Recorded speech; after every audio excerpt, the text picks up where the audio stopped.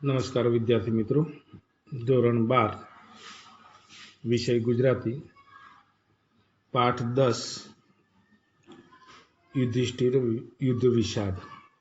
અહીંયા પાઠનું જે શીર્ષક છે યુધિષ્ઠિર યુદ્ધ વિષાદ. યુદ્ધ પછીનો વિષાદ એટલે ખેદ. જે યુધિષ્ઠિરને યુદ્ધ થયા પછી જે દુઃખ થાય છે એના વિશે આપણે જોઈએ. પાઠના લેખકનું નામ છે ઉમાશંકર જોશી. જન્મ 21/7/1911, અવસાન 19/12/1988. કવિવર ઉમાશંકર જેઠાલાલ જોશીનો જન્મ અરવલ્લી જિલ્લાના બામણા ગામમાં થયો હતો. હવે કવિવર ઉમાશંકર જેઠાલાલ જોશીનો જન્મ અરવલ્લી જિલ્લાના બામણા ગામની અંદર થયેલો. કવિતા, વિવેચન, સંશોધન, એકાંકી, નવલિકા, નિબંધ પ્રવાસ, નવલકથા, ચરિત્ર અનુવાદ તેમજ સંપાદન ક્ષેત્રે એમનું પ્રદાન નોંધપાત્ર રહેલું છે. એટલે કે આ બધાની અંદર જે વિવેચન છે, સંશોધન છે, એકાંકી, નવલિકા, નિબંધ પ્રવાસ, નવલકથા, આ બધાની અંદર એમણે નોંધપાત્ર કાર્ય કરેલું છે. વિશ્વ શાંતિ, ગંગોત્રી, નિશિત, પ્રાચીના, આતિથ્ય, વસંત વર્ષા, મહાપ્રસ્થાન, અભિજ્ઞા, ધારાવસ્ત્ર અને સપ્તપદી એમના કાવ્ય સંગ્રહ છે. આ બધા જ કાવ્યો સમગ્ર કવિતા નામે એક જ ગ્રંથ રૂપે પ્રગટ થયા છે.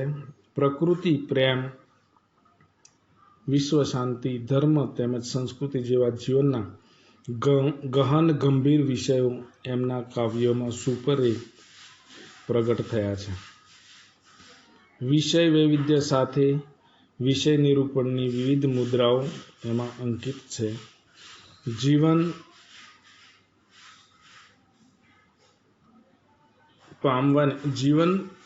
અને જગતને પામવાની એમાં મથામણ છે.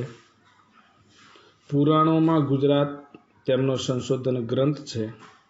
અખો એક અધ્યયન શૈલી અને સ્વરૂપ, સંવેદન કવિની સાધના, શ્રી અને સૌરભ કવિની શ્રદ્ધા એમના વિવેચન ગ્રંથો છે. શ્રાવણી મેળો તેમજ વિસામો તેમના નવલિકા ગ્રંથો છે. ગોષ્ઠી તેમજ ઉગાડી બારી તેમના હળવા અને ગંભીર નિબંધોના સંગ્રહ છે. આંદામાનમાં ટહુક્યા મૂર, યુરોપ યાત્રા, ચીનમાં 54 દિવસ અને યાત્રી તેમના પ્રવાસ પુસ્તકો છે. સાપના ભારા તથા હવેલી એકાંકીના સંગ્રહ છે. હૃદયમાં પડેલી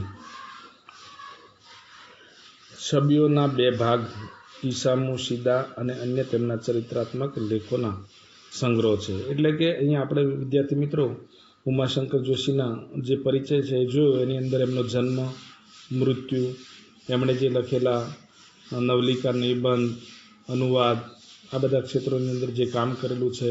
પછી એમના કાવ્ય સંગ્રહ કયા છે, નવલિકાઓ કઈ છે, બરાબર, આ બધું જોયું. હવે આ લખ્યા પછી તેમને રણજીતરામ સુવર્ણચંદ્રક એનાયત થયો હતો. એમને આ બધા કાર્યની અંદરથી રણજીતરામ સુવર્ણચંદ્રક મળેલો. કન્નડ કવિ પુટ્ટપ્પા સાથે સંયુક્ત રૂપે તેમના નિશિત કાવ્ય સંગ્રહને ભારતીય જ્ઞાનપીઠ એવોર્ડ પ્રાપ્ત થયો હતો. કવિની શ્રદ્ધા વિવેચન ગ્રંથને દિલ્હી સાહિત્ય અકાદમીનો પણ એવોર્ડ પ્રાપ્ત થયો હતો. ગુજરાત યુનિવર્સિટી તેમજ વિશ્વ ભારતી જેવી સંસ્થાઓના કુલપતિ પદે પણ તેમણે સેવાઓ આપેલી છે. એટલે કે આજે વિશ્વ ભારતી, પછી ગુજરાત યુનિવર્સિટી, આની અંદર કુલપતિ પદે તેમણે અનેક સેવાઓ આપેલી છે. હવે વિદ્યાર્થી મિત્રો, પાઠનો જે શીર્ષક છે કે યુધિષ્ઠિર યુદ્ધ વિષાદ, યુદ્ધ પછીનો જે ખેદ છે, દુઃખ છે, એ આ ફકરાની અંદર આપણે જોઈએ.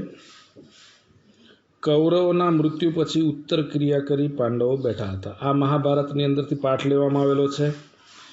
5 પાંડવો હતા, એમાં મોટો ભાઈ યુધિષ્ઠિર, અર્જુન, પછી સહદેવ, નકુલ, ભીમ. આ જે 5 પાંડવો છે એની અંદર સૌથી જે શ્રેષ્ઠ એટલે મોટા ભાઈ છે તેનું નામ છે યુધિષ્ઠિર.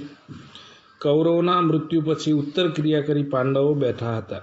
એમનો જે બધી વિધિ પતાવીને બેઠા હતા ત્યારે યુધિષ્ઠિર અનંત શોક સાગરમાં ડૂબેલા હોય છે.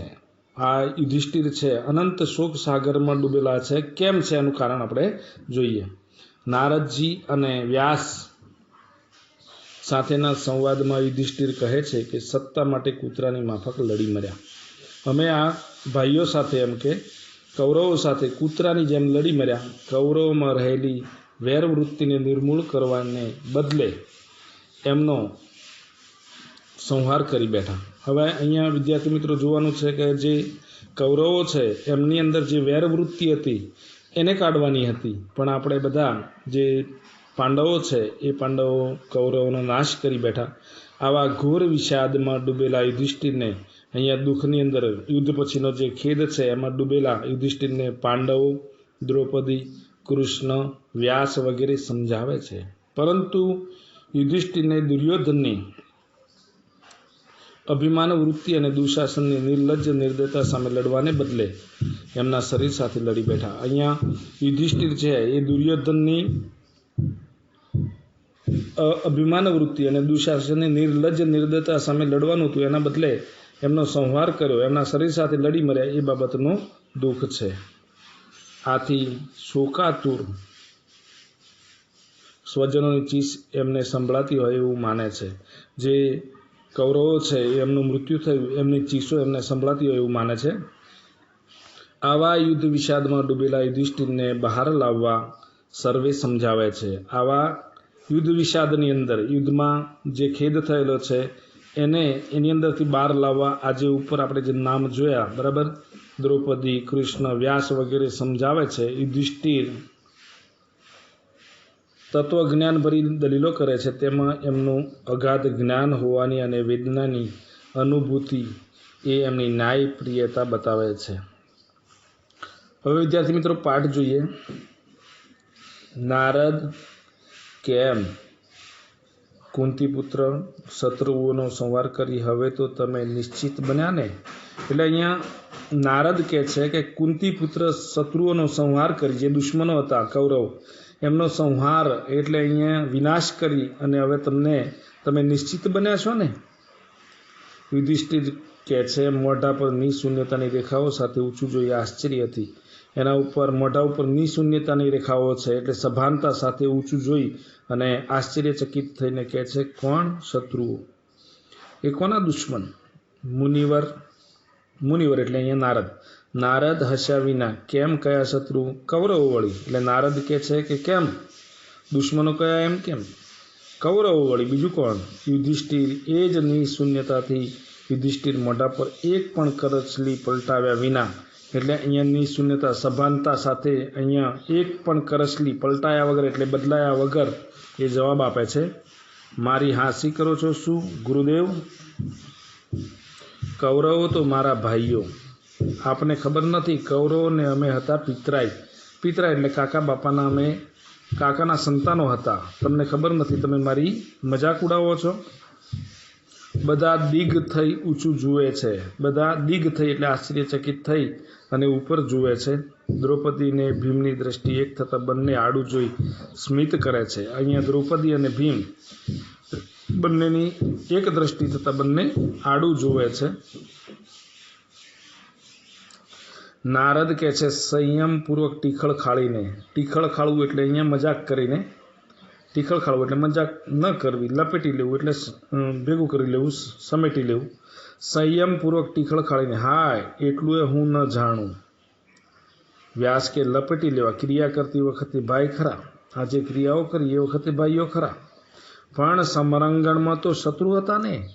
એટલે અહીંયા જે વ્યાસ છે એ કહે છે કે ક્રિયા કરતી વખતે ભાઈ ખરા, એટલે એમની જે અંતિમ વિધિઓને આ બધું કરવામાં ભાઈઓ ખરા, પણ સમરાંગણ એટલે અહીંયા યુદ્ધના મેદાનની અંદર તો એ આપણા દુશ્મનો ખરા ને, હતા ને. યુધિષ્ઠિર શૂન્યતામાંથી ઝબકી ઉઠે છે. મોઢા પરની કરચલીઓનો રંગ પલટો સ્વપ્નભંગના ચિત્ર જેવો દેખાય આવે છે. પ્રયત્નપૂર્વક તે હોશિયારીમાં આવી બેસે છે. એટલે પ્રયત્ન કરીને હોશિયારીમાં આવવું એટલે ખબરદાર સચેત થઈને બેસે છે. નારદ કહે છે, હવે તમારો પંથ નિષ્કંટક થયો. નિષ્કંટક એટલે સરળ. તો હવે તમને કોઈ વિઘ્નો નડશે નહીં. એટલે વિદ્યાર્થી મિત્રો, આટલા ફકરાની અંદર આપણે જોયું કે જે યુધિષ્ઠિર છે, બરાબર, એને પોતાના જે ભાઈઓ છે, પાંડવોમાં સૌથી જે મોટા યુધિષ્ઠિર, એમને પોતાના જે ભાઈઓ કૌરવોને જે મારી નાખ્યા એની બાબતનો જે ખેદ છે, દુઃખ છે, એ આ ફકરાની અંદર જોયું. એમાં એમને સમજાવે છે, નારદ, વ્યાસ આ બધા એને સમજાવે છે, ટીખળ કરે છે અને કહે છે કે તમારો હવે માર્ગ જે છે એ સરળ થઈ ગયો, વિઘ્ન વગરનો થઈ ગયો. તો વિદ્યાર્થી મિત્ર આગળ જોઈએ. હવે યુધિષ્ઠિર બધા પોતાની તરફ તાકી રહ્યા છે. એટલે એક ટીસે જોવું, તાકી રહવું એટલે જોવું. એના ભાન વિના, હા, કાંટો પગમાં પેઠો એટલે શાંતિથી કાઢવાને બદલે કાંટો પગમાં પેઠો, સભાનતા, ભાન વિના, બરાબર છે, અહીંયા ભાન વિના સભાનતા સાથે કાંટો પગમાં પેઠો એટલે તેને શાંતિથી કાઢવાને બદલે જોર અજમાવીને ભાગી નાખ્યો. એટલે અંદર જ હવે ભરાઈ બેઠો. રસ્તા પરથી કાંટા જરૂર ગયા પણ શરીરમાં ઘર કરી વસ્યા. અહીંયા જોર અજમાવીને તોડી નાખવું, બરાબર, ભાગી નાખવું, ભરાઈ બેઠા એટલે દાખલ થઈ ગયો. એટલે કાયમ માટે ઘર કરી બેસવું, વસવાટ કરી લીધો. નારદ કહે છે, કેમ પૃથા પુત્ર એટલે યુધિષ્ઠિર વેરીઓના મૂળ રહી ગયા હોય એમ તમને લાગ્યા કરે છે. યુધિષ્ઠિર રહેવાની વાત ક્યાં, ઊંડા ઉતર્યા છે. એમના લોહીના સિંચનથી વેર નિર્મૂળ થવાને બદલે ઉલટું દ્રઢ થયું છે. દ્રઢ એટલે મજબૂત થયેલું છે. નારદ કે હવે કૌરવનો વિનાશ થયા પછી તો તમે વેર વૃક્ષને સરળતાથી ઉખેડી શકશો ને. એટલે જે કૌરવોનો નાશ થયો, હવે તમારું જે વેરરૂપી વૃક્ષ હતું એને તો ઉખાડી શકશો ને. યુધિષ્ઠિરને શાંત જોઈ, યુદ્ધમાં તમને જય મળ્યો એથી જુઓ ને, અમારા બધાનો તો હરખ માતો નથી. હરખ એટલે આનંદ. તમે યુદ્ધની અંદર વિજય મેળવ્યો, કૌરવોને મારી નાખ્યા, એટલે અમારી અંદર તો જે આનંદ છે, હરખ માતો નથી. યુધિષ્ઠિર કહે છે, જય જય કેવો, ભગવાન મશ્કરીમાં વિજય કહેતા હો તો બરાબર છે. મને તો આ વિજય પરાજયથી પણ આકરો લાગે છે, એટલે વધારે કઠિન લાગે છે. પરાજય એટલે હાર. સૌ કંપી ઉઠે છે. નારદ કે બીજા કોઈની બોલવાની હિંમત ચાલતી નથી. આ શું બોલો છો? યુધિષ્ઠિર કહે છે, 12 વર્ષના વનવગડામાં આથડ્યા. જંગલ, વનવગડો એટલે જંગલમાં. હવે કોણ જાણે કેટલા વર્ષ કાઢવા હતા. હવે આપણે કેટલા વર્ષ કાઢવાના હતા. છેવટે ભીખ માગીને ગુજારો કરત, પણ પોતે જ પોતાના હાડમાંસ ખેંચી કાઢવાની ગેલછા ન કરી હોત તો સારું. ગેલછા એટલે ગાંડપણ હોત તો કેવું સારું. દ્રોણ, પિતામહ, ધૃષ્ટદ્યુમ્ન ગયા, દ્રૌપદીના 5 પુત્રો ગયા, ને કર્ણ અને સુતપુત્ર કહેતા જીભ કપાઈ કેમ ન પડી. મોટા ભાઈના પણ અમે ન રહ્યા. કેટલાનું લોહી રેડ્યું, એટલે કેટલાનું આમાં લોહી રેડેલું છે.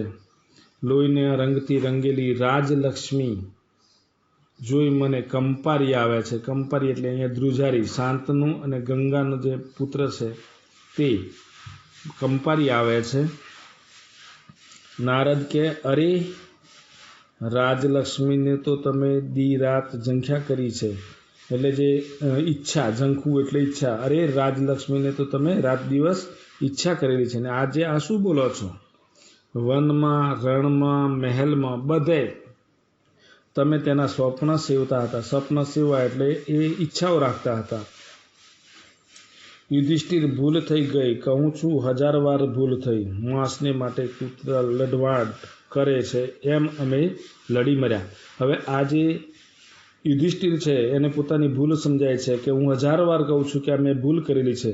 માંસ માટે જેમ કૂતરા લડી મરે તેમ સત્તા માટે અમે લડી મર્યા અને પોતાના પિતરાઈ ભાઈઓનો નાશ કર્યો. નારદ તો લડ્યા વગર તે કાંઈ આકાશમાંથી તમારે માટે રાજપાટ ઉતરી આવવાનું હતું? એટલે જો તમે આની સાથે યુદ્ધ ન કર્યું હોત તો આકાશમાંથી તમારા માટે કંઈ રાજપાટ આવવાનું હતું નહીં. યુધિષ્ઠિર તો એના વગર ચાલત, રાજપાટ ન મળત તો એના વગર ચાલત. આજે આ ભીષણ હત્યાકાંડ પછીની સમૃદ્ધિ કરતાં વનની વિટંબણાઓ લાખ રીતે સારી હતી.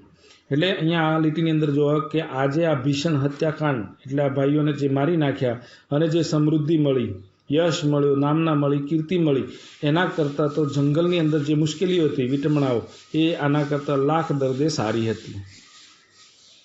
નારદ, તમે તમારી જ દ્રષ્ટિએ વિચાર કરો છો કે નાના ભાઈઓને ધ્યાનમાં લો છો ખરા? તમે તમારી દ્રષ્ટિએ વિચાર કરો કે તમારા જે નાના ભાઈઓ છે એનો વિચાર કરો છો? યુધિષ્ઠિર કહે છે, એમણે મારા માટે ઘણું કર્યું છે, સહ્યું છે, સહન કર્યું છે. એમને રાજ ભાવતું હોય તો ભલે, આ રહ્યું રાજ્ય, ખાય પીવે ને મજા કરે. મોટા ભાઈએ કીધું કે એમણે મારા માટે ઘણું બધું સહન કરેલું છે. એમને જો રાજ સારું લાગતું હોય તો એ આ રાજગાદી છે એના પર બેસે, ખાય પીવે અને મજા કરે. હું તો એમને કહું છું કે ઉઠ ધનંજય. હું તો એમને શું કહું છું કે ઊભો થા, બરાબર? આ ધનંજય એટલે રાજગાદી પર બેઠવા માટે કહું છું. આ બધા છોડી ત્યાગી જીવન ગાડી ક્લેવર છોડીએ. ત્યાગી એટલે જે આ બધી જે છોડી દેવું અને એના કરતાં શુદ્ધ જીવન આપણે જીવીએ. અર્જુન કહે છે, જોઈ લો આ અનુપમ કાયરતા. અનુપમ એટલે અજોડ અને કાયરતા એટલે ડરપોક. ભૂત ભાવિમાં આનો જોટો નહીં મળે. યુધિષ્ઠિરને અલૌકિક પરાક્રમ કરીને મેળવેલી આબાદીને તમે આમ ઠોકરે મારો, એ મારાથી સહ્યું નથી જતું. મોટા ભાઈ એટલે મોટા ભાઈને સમજાવે છે કે આ રીતે આપણે વિજય મેળવ્યો, લોક સંબંધી ન હોવું એવી રીતે, છતાં પણ તમે આજે જે રાજગાદી મળી છે એને તમે ઠોકરાવો, એ મારાથી સહન થતું નથી. યુધિષ્ઠિર કહે છે, એ તારા મારા પરાક્રમોનું જે આ રાજમુકુટ પર કલંક લાગ્યું છે, તારાને મારા જે આ પરાક્રમો હતા એનું જ આ મુગટ ઉપર કલંક લાગેલું છે. એ લોહીના ડાઘ હવે જવાના નથી. એને આપણા લોહિયાળા હાથથી અડકીને શું મેળવવાના છીએ? હવે આ જે આપણે લોહિયાળા હાથથી અડકી અને એને શું કરવાના છીએ? સ્વજન શોણિતે યમુના ગંગા ઉભરાવી. સ્વજન એટલે સગા સંબંધીઓને મારી નાખી અને યમુના અને ગંગા નદી ઉભરાવી છે. વનમાં તપ મંગલ સલીલે દોષુ કલંક કરના. એટલે જંગલની અંદર જઈ અને આપણે એના પાપને અથવા તો આ જે કલંક કર્યું છે એને ધોશું. અર્જુન કહે છે, યુધિષ્ઠિર વાત મૂકતા નથી એટલે સહેજ નરમ પડીને, વાત ન મૂકતા એ સહેજ નરમ પડીને કહે છે કે 12 વર્ષ વન વેઠ્યું તે ઓછું છે? હવે તો બધાને નિરાંતે જંપવા દો. આપણે 12 વર્ષ સુધી વનવાસ કર્યો, હવે બધાને શાંતિથી રહેવા દો. આજ સુધી બધાએ લડાઈથી જ રાજ મેળવ્યા છે કે તમે એક જ નવાઈ કરેલી છે? એટલે કે એમને અર્જુન સમજાવે છે કે આજ સુધીમાં જે કંઈ રાજાઓ બન્યા, જેણે રાજગાદી મેળવી, એ બધાએ લડાઈ કરીને જ મેળવેલી છે, કંઈ તમે નવાઈ કરી નથી. ભીમ કહે છે, મર્મથી એની અંદર કંઈક ભેદ છે મોટા ભાઈ, હું તો મંદબુદ્ધિ ગણાવું. મંદબુદ્ધિ એટલે મારામાં જરી બુદ્ધિ ઓછી હોય. મારે તમને શું કહેવાનું હોય? તમે આગળથી ચેત્યા હોત તો કોઈ શસ્ત્ર ઉપાડત પણ નહીં ને આ દારૂણ.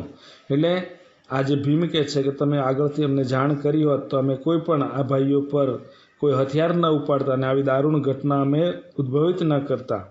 યુદ્ધ પણ ન થાત, લોહીના એંધાણ મુકાત જ નહીં, એમાં ઉકળવાનું આપણે ભાગ્યે પણ ન આવત.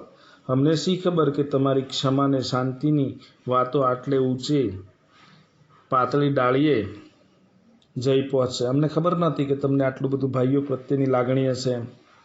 યુધિષ્ઠિર કહે છે, બિલકુલ મર્મથી અસ્પૃશ્ય રહીને હજુ ક્યાં મોડું થયેલું છે? હજુ પણ સમય ગયો નથી. યુધિષ્ઠિર કહે છે, બિલકુલ મર્મથી અસ્પૃષ્ટ રહીને હજી ક્યાં મોડું થયું છે? હજુ સમય. ભીમ, શું બોલો છો મોટા ભાઈ? હવે તો દાવ ખેલાઈ ગયો. એટલે જે વેર વાળવાનું હતું એ વળી ગયો, અથવા જે રમત રમાઈ ગઈ. યુધિષ્ઠિર, એમ નથી. મહાન પ્રયત્નો કર્યા પણ તે બધા હાલાહાલ ધોળવામાં જ ભૂલ થઈ. તો સુધારીએ. હવે જાગ્યા ત્યાંથી સવાર, એટલે આપણાથી જે કંઈ ભૂલ થઈ છે હવે એને આપણે સુધારીએ. જાગ્યા ત્યાંથી સવાર. ભીમ કહે છે ભૂલ જ ક્યાં છે? મર્મમાં અથવા તમારી વાત થાય ભૂલમાં પણ ભૂલ જોઈ બેસો એવા છો તમે તો. ભૂલમાં પણ ભૂલ જોઈ બેહો એવા તમે છો. દબાણથી હવે જવા દો બધી લાંબી ટૂંકી ને સૌને ઠરીઠામ બેસવા વેળા આવવા દો. હવે તમે શાંતિથી બધા બેસો અને બધાને શાંતિથી જીવે એવો સમય આવવા દો. આજ લગી તો તમારે વાદે દમ લેવાનો પણ પૂરો વખત મળ્યો નથી. હવે તમારા વાદે એટલે તમારા લીધે શ્વાસ લેવાનો પણ સમય મળ્યો નથી. યુધિષ્ઠિર દુઃખ સાથે એ રહ્યું રાજપાટ તમે મજાથી ભોગવો ભાઈ. આ રહ્યું રાજપાટ તમે મજાથી ભોગવો. મૂળદા પર પગ મૂકી નગરજનોની દુઃખી ચીસો વચ્ચે લોહી નીકળતો મુગટ પહેરવાની હિંમત મારામાં નથી. એટલે કે રાજગાદી માટે હું મુગટ પહેરું એમ છું નહીં. જે મરેલા માણસો છે બરાબર, એના પર હવે એમની ચીસો સંભળાય. લોહી નીકળતો મુગટ પહેરવાની મારામાં હિંમત નથી. હું તો નિર્ભય માર્ગ પકડીશ. પવનનો ગોઠિયો બનીને, પવનનો મિત્ર બનીને વનની કોતરોમાં કલેવરને કોક દાડો ફેંકી દઈશ. એટલે મિત્ર બનીને વનની કોતરોમાં કલેવરને કોક દાડો હું ફેંકી દઈશ. સહદેવ કહે છે તમે જ વનવાસ દરમિયાન કહેતા હતા કે બાહ્ય વસ્તુઓ છોડે આત્મશુદ્ધિ થતી નથી. તમે જ જંગલની અંદર વનની અંદર કહેતા હતા કે બાહ્ય વસ્તુઓ છોડવાથી આત્માની શુદ્ધિ થતી નથી. મમતા છોડી રાજ ભોગવવામાં શું બાદ છે? મોટા મોટા રાજાઓ યુદ્ધ કર્યા છે, એટલું પણ તમે ભૂલી ગયા. નકુલ કહે છે હું પણ એ કહેવા જતો હતો. ભગવાન મહાકાલ કરાવે તેમ આપણે કરીએ છીએ. આપણે બધા એ અજબ જાદુગરના હાથમાં રમકડા છીએ. એટલે આપણને ભગવાન કરાવે એ બધું કરીએ છીએ. આપણે તો એક જાદુગર છીએ. એ દોરી હલાવે ત્યારે આપણે કૂદવા માંડીએ ને ખેંચી લે ત્યારે કરંડિયામાં પડ્યા રહીએ. જીવવું મરવું એ તો ભગવાનના હાથની વાત છે. યુધિષ્ઠિર પણ આપણે હથિયાર બન્યા ને, એટલે કે નિમિત્ત આપણે બન્યા. ભીમ કહે છે કઠિયારો ઝાડ કાપે તેમાં કઠિયારાનો વાંક કે કુહાડીનો? ભીમનો પ્રશ્ન છે કે જે કઠિયારો ઝાડ કાપે તેમાં કોનો વાંક? કુહાડીનો કે કાપનારનો? તો યુધિષ્ઠિર કહે છે એટલે પરમેશ્વરની ઈચ્છા છે એમ સમજી આપણે સંહાર જ કરવું. એટલે ભગવાનની ઈચ્છા છે એમ કરીને આપણે બધાનો નાશ કરવો, સંહાર કરવો, મારી નાખવા. પાંચાલી કહે છે બસ કરો હવે તમારું તત્વજ્ઞાન. હવે બસ કરો, તમારું જે તત્વજ્ઞાન છે એ બસ કરો. ઘણું થયું, ધરાઈ ગયા. હવે ધરાઈ જવું એટલે અહીંયા સંતોષ થઈ જવું, કંટાળી જવું. એની એ જુગની ક્ષમા ને શાંતિની વાતો એ દાહડે ભરી સભામાં તમારા દેખતા મને ચોટલો પકડીને દુશાસન ખેંચી લાવ્યો. એ તો ભગવાને લાજ રાખી, નહીં તો મને નવ સ્ત્રી કરત. એને આપવું હતું અમરપદ. એને શું આપવું હતું? અમરપદ એટલે મોક્ષ. ક્ષમાપદ છોડાય. દ્રૌપદીનું ગમે તે થાવ ને દુર્યોધને ભીષ્મ દ્રોણની હાજરીમાં તમારી સમ્મુખ સાથળ ખોલી મારું અપમાન કર્યું. મોડી વહેલી પણ ત્યાં ભીમની ગદા શું નહોતી પડવી જોઈતી? યુધિષ્ઠિર કહે છે ના પાંચાલી, કઠણ કાળજુ કરીને કહું છું. અહીંયા મજબૂત કાળજુ કરીને તને કહું છું, 100 વારના ઓછું ના આણશો. એટલે તમે મગજની અંદર ન લાવવું અથવા તો ઓછું ના આણશો. તમારું અપમાન મને પણ સળગાવી દેતું હતું. આપણી ગદાએ દુર્યોધનની સાથળના ટુકડા કર્યા કે દુશાસનના શરીરનો વિનાશ કર્યો, પણ એથી શું વળ્યું? શરીર પડ્યા. દુર્યોધન અને દુશાસન આપણી વચ્ચેથી દૂર થયા. એમના શરીર પડી ગયા એટલે એ આપણી વચ્ચેથી દૂર થયા. આપણે એમને દૂર કર્યા. પણ જ્યાં જશે ત્યાં એ જ અભિમાન અને એ જ ક્રૂરતા બમણા વ્યક્તિ કામ કરશે. આપણે લડવું હતું દુર્યોધનની અભિમાની વૃત્તિ સાથે દુશાસનની નિર્લજ્જ નિર્દયતા સામે ને લડી બેઠા તેમના શરીર સાથે. એટલે આપણે આ લોકો સાથે જે નિર્લજ્જ છે, પછી અભિમાન વૃત્તિ છે, એમની સાથે લડવાનું હતું અને આપણે એમના શરીર સાથે લડી મર્યા. પાંચાલી સ્ત્રીનો કોઈ ચોટલો પકડે તો તે પિતામાં હોય કે પરમેશ્વર પોતે હોય તો પણ તેની સાથે યુદ્ધ કરવું એવું શાસ્ત્રનું વચન સંભાળી આપવું. સ્ત્રીનો કોઈ ચોટલો પકડે તો પિતામાં હોય કે પરમેશ્વર હોય એની સાથે આપણે વિરોધ કરવો જોઈએ. ને શાસ્ત્રનું વચન ન હોય તો એ શું? કદાચ શાસ્ત્રની અંદર ન લખાયું હોય તો પણ શું? આ તો પાપી હતા. હાથમાં ગદા હોય, ગાંડી હોય તો પણ બધું સહન કર્યા કરવું ને ક્ષમા ગણ્યા કરવું. યુધિષ્ઠિર કહે છે, દ્રૌપદી તમને તમારી જ વીતી નજર આગળ આવે છે. અત્યારે હજારો સ્ત્રીઓ પોતાના વહાલા પુત્ર, ભાઈ, પતિના મૃત્યુથી રડતી હશે. એમની ચીસો ન સાંભળી શકવા જેટલા તમારા કાન બુઠ્ઠા ન હોય તો જરી ધ્યાન દો. એટલે અહીંયા યુધિષ્ઠિર દ્રૌપદીને સમજાવે છે કે અત્યારે તમને આટલી તમારી વીતી જ યાદ આવે છે, પણ આમાં કેટલાકના પુત્ર, ભાઈ, પોતાના પતિ બધા મરી ગયેલા છે ને એમની જે ચીસો પડે છે એ મને સંભળાય છે. ધ્યાન દો. અરે આખા આકાશમાં 10 દિશામાં એ જ ઘોર આક્રંદનો અવાજ આવે છે. લાગણીના ભાર નીચેથી ઉછળીને, પાંચાલી તું આંસુમાં સમજી નથી.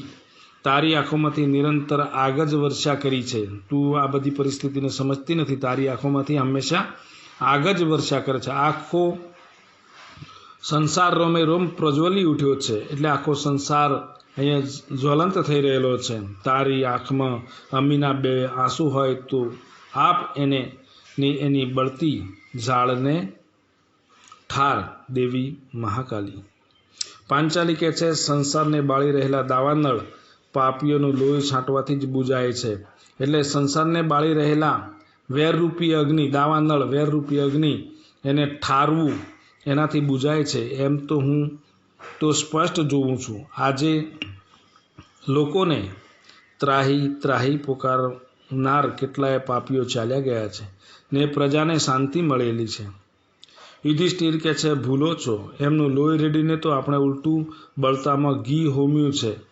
દુનિયામાં મારામારી મટે તે સારું આપણે આ યુદ્ધ નહોતું કર્યું. બરાબર? આ જે આપણા ભાઈઓ છે એમને મારી અને આપણે એવું કામ કરેલું છે કે બળતાની અંદર ઘી હોમ્યું, એમાં વધારો કરેલો છે.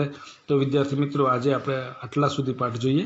હવે બીજા પિરિયડની અંદર બાકીનો પાઠ જોઈશું. તો પાઠનું વાંચન કરવું, ધ્યાનથી પ્રશ્નના જવાબ તૈયાર કરવા.